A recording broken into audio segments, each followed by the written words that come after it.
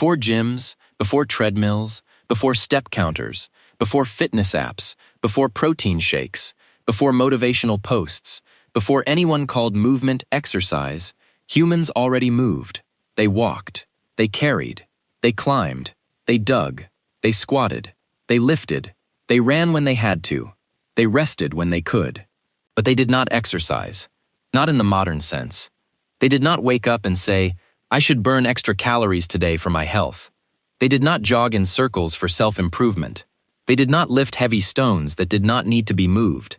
They did not feel guilty for resting, because in the ancient world, movement was not a lifestyle choice. It was life, and rest was not laziness. It was survival. Right now, somewhere in the world, a person is standing in front of an escalator and a staircase. The stairs require effort. The escalator does not. And before that person has even fully thought about it, their body has already chosen the escalator. Maybe they feel guilty. Maybe they tell themselves they will take the stairs next time. Maybe later they will scroll past a fitness post and feel that small modern shame that comes from living in a body everyone tells them they are failing to manage. But here is what no one tells them. That choice is ancient. That choice is not weakness. That choice is not proof that they are lazy. That choice is the voice of millions of years of evolution saying, save energy when you can. Because for most of human history, wasting energy was dangerous. Food was not guaranteed. Tomorrow's meal was not waiting in a refrigerator. There was no delivery app, no supermarket, no pantry full of backup calories.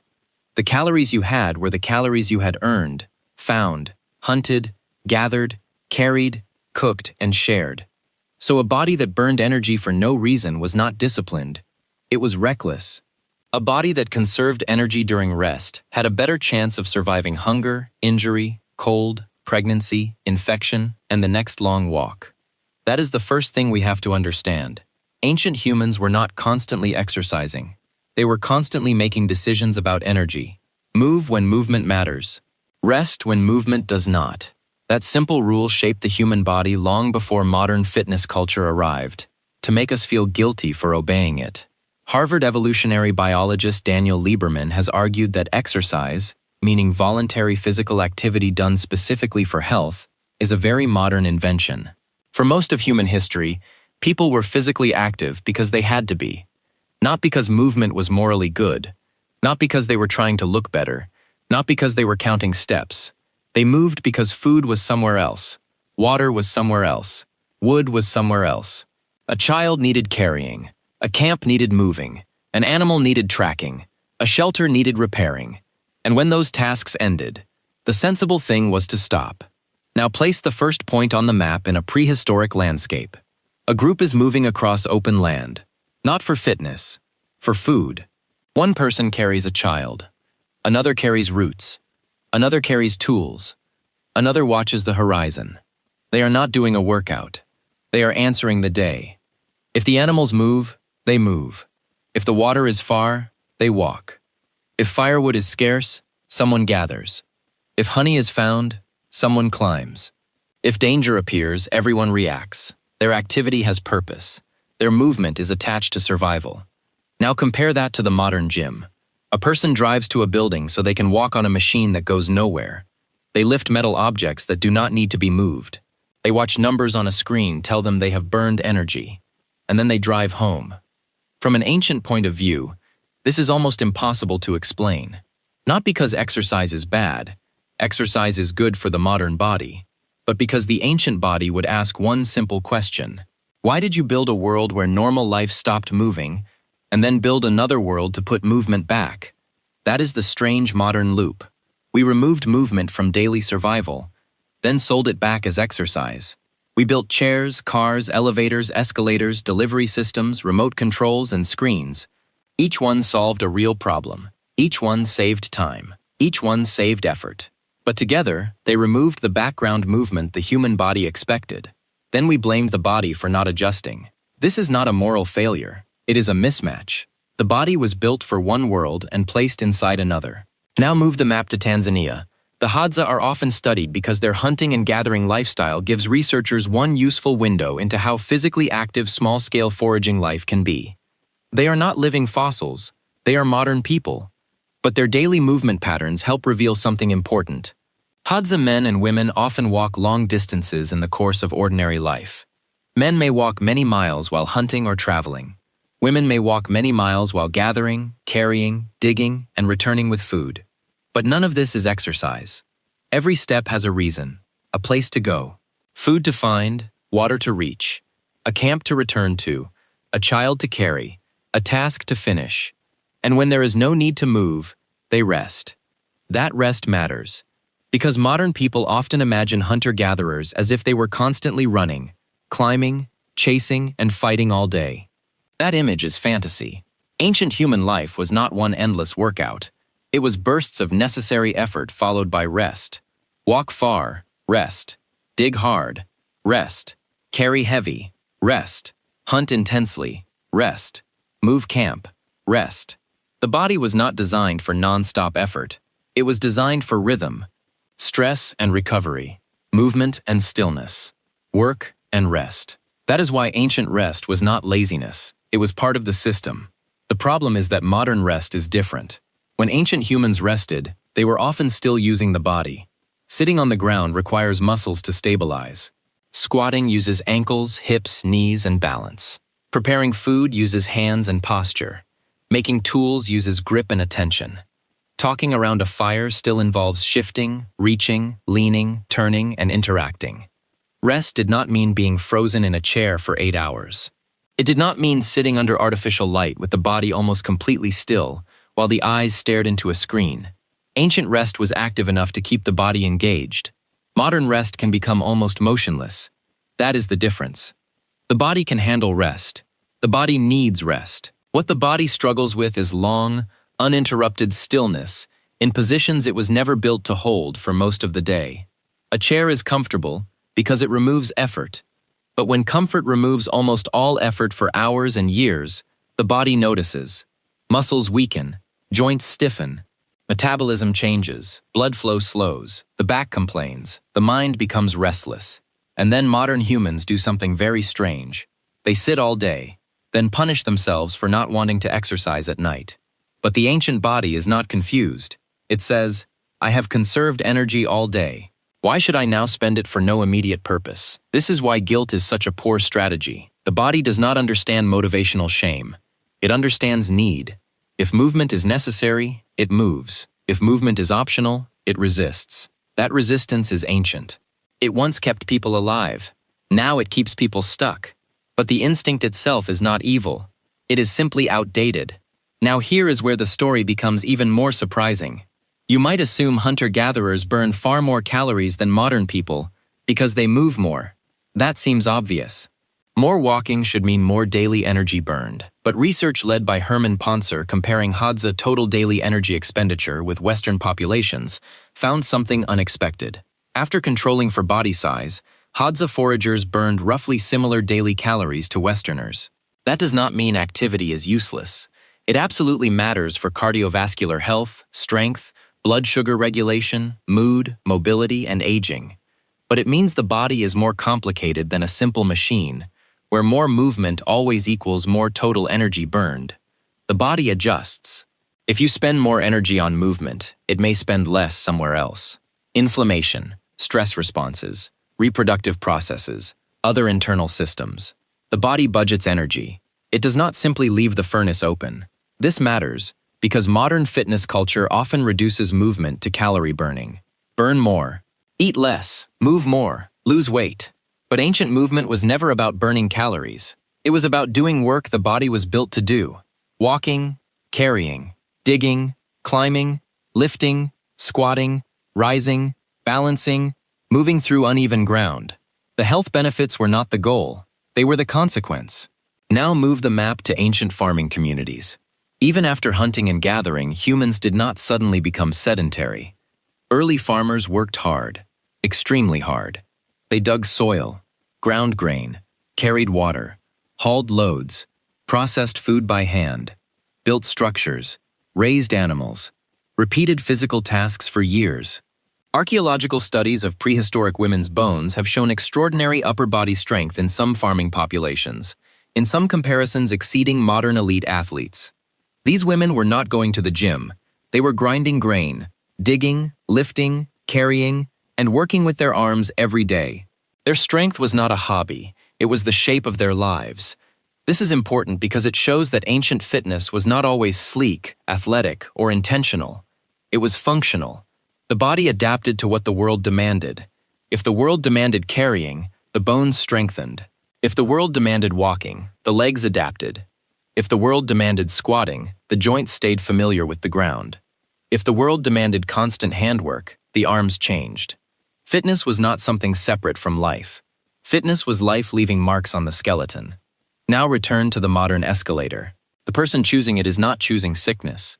They are choosing the easier path because the easier path is available. And that is exactly what a human body is programmed to do. The problem is not that the body wants ease. The problem is that modern life offers ease everywhere. Not once, not occasionally, constantly. A chair instead of standing. A car instead of walking. An elevator instead of stairs. Delivery instead of carrying. A washing machine instead of scrubbing. A remote instead of getting up. A screen instead of walking to someone. A desk job instead of a moving task. Each convenience is small. Together, they remove the background hum of physical activity. That hum may be more important than people realize. The human body does not only need dramatic exercise, it needs regular movement woven through the day. Small movements, frequent movements, changing posture, walking short distances, standing, carrying, reaching, crouching, rising, using the body often enough that the body remembers why it exists. The gym can help, but the gym cannot fully replace a life in which movement appears naturally. 1 hour of exercise cannot completely erase a whole day of stillness if the rest of the environment keeps the body locked down. That is why the ancient lesson is not, become a hunter-gatherer. That is impossible. And romanticizing the past is dangerous. Ancient life was hard. There was hunger, injury, childbirth danger, infection, violence, and uncertainty. No one should pretend the Paleolithic was paradise. The lesson is smaller and more useful. Do not confuse rest with laziness. Do not confuse modern stillness with natural rest. Do not confuse exercise with the full meaning of movement. And do not blame the body for responding exactly as evolution trained it to respond. The body is not lazy. The body is economical. It saves energy until the environment demands movement. So the modern challenge is not to hate the body. The challenge is to redesign the environment. Make movement useful again. Make it part of the day. Walk to something. Carry something. Use stairs when possible. Stand and shift. Sit on the floor sometimes if your body allows it. Take short movement breaks. Do physical tasks with your hands. Make movement social. Make it practical. Make it ordinary. The ancient body responds better to purpose than punishment. This is why exercise feels so difficult for many people. The brain asks, why are we spending energy? And if the answer is abstract, because of future health, because of guilt, because of a number, because of shame, the ancient brain is not always convinced. But if movement is tied to a real purpose, it becomes easier. Walk to buy something. Walk with a friend. Carry groceries. Clean. Garden. Play. Dance. Build. Repair. Take the stairs because it is part of the route, not because you are proving moral worth. That is how movement used to work. Purpose first. Fitness second. Modern people often treat physical activity as a test of character. But for most of human history, effort was not virtue. It was necessity. Nobody praised a forager for having discipline because they walked to find food. Nobody praised a farmer for being committed to an active lifestyle because she ground grain for hours. Nobody congratulated a child for squatting instead of sitting in a chair. They moved because the world required movement. They rested because rest was wise. And neither needed guilt. That may be the most important part of the story. The guilt around exercise is modern. The need for movement is ancient. Those are not the same thing. A person who avoids unnecessary effort is not broken. They are carrying an old survival program. But a person living in a world where effort is almost never required must find a way to add movement back. Not as punishment, as restoration. Because when a body built for movement does not move, consequences appear. Cardiovascular disease, type 2 diabetes, muscle loss, back pain, bone weakness, mood problems, metabolic dysfunction. These are not simple moral failures. They are diseases of mismatch, conditions that grow when ancient bodies live inside modern convenience. The body expected movement, the environment removed it. The body expected scarcity, the environment provided abundance. The body expected sunlight, walking, lifting, sleeping, social contact, and changing posture. The environment provided chairs, screens, cars, processed food, artificial light, and long static workdays.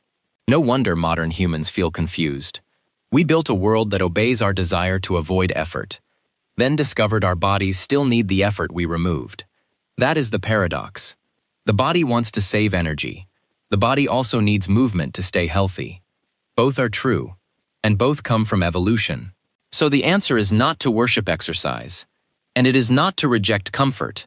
The answer is to understand the body honestly. Your ancestors were not gym addicts. They were not lazy either. They were efficient movers. They moved when movement mattered. They rested when rest was possible. Their world made movement unavoidable. Your world makes stillness easy. That is the difference. So when you see the escalator, understand what is happening. Your ancient brain sees saved energy. Your modern body needs more movement. Both are speaking.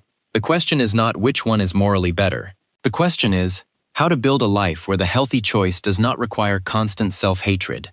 Because guilt is weak compared with design. A body will resist unnecessary effort.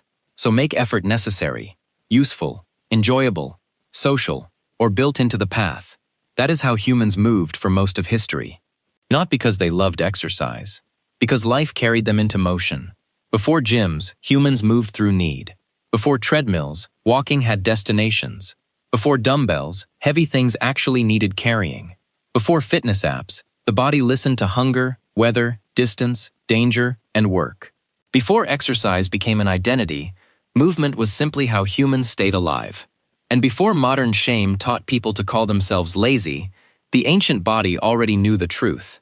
Rest when you can. Move when you must. Save energy. Spend it wisely. That rule kept your ancestors alive for millions of years. The problem is not the rule. The problem is that the modern world stopped saying must. So now we have to bring movement back consciously into lives designed to remove it. Not because we are failures, because we are ancient animals living in a world too convenient for our own design. The escalator is not the enemy. The chair is not the enemy. Comfort is not the enemy. Forgetting what the body was built for is the enemy. And the body remembers. It remembers walking. It remembers carrying. It remembers the ground. It remembers effort with purpose. It remembers rest without guilt. Maybe that is the ancient lesson modern fitness forgot. Movement should not be punishment for being alive. It should be a return to the body's oldest language. A language spoken in footsteps, lifted weight, changing posture, tired muscles, and real rest. The ancient human did not exercise. The ancient human lived, and life moved.